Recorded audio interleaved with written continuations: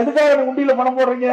அந்த கோயில் அபிவிருத்தி பண்ணுவோம், அந்த கோயில் விரிவுபடுத்துவது, அதுக்காக நீங்க போடுறீங்க. அந்த பணத்தை எடுத்து கல்லூரி கட்டுற அறநிலையத்துறை இருக்கின்ற அந்த நிதி எடுத்து இதற்கு செலவழிப்பது எந்த விதத்தில் கொடுத்த காசுக்கு மேல என்னமா கூவுறான்னு.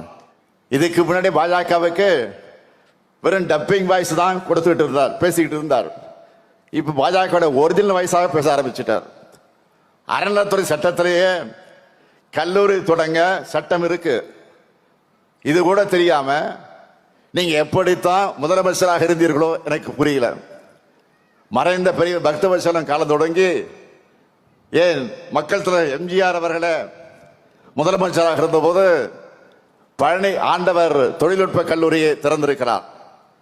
அந்த கல்லூரிக்கு கூடுதல் கட்டடத்தை போன முறை நீங்கள் திறந்து வச்சீங்க.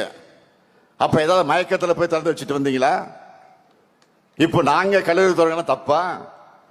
பாஜக தலைவர்களே இந்த மாதிரி கல்லூரி தொடங்க கூடாதுன்னு பேசுறது இல்லை.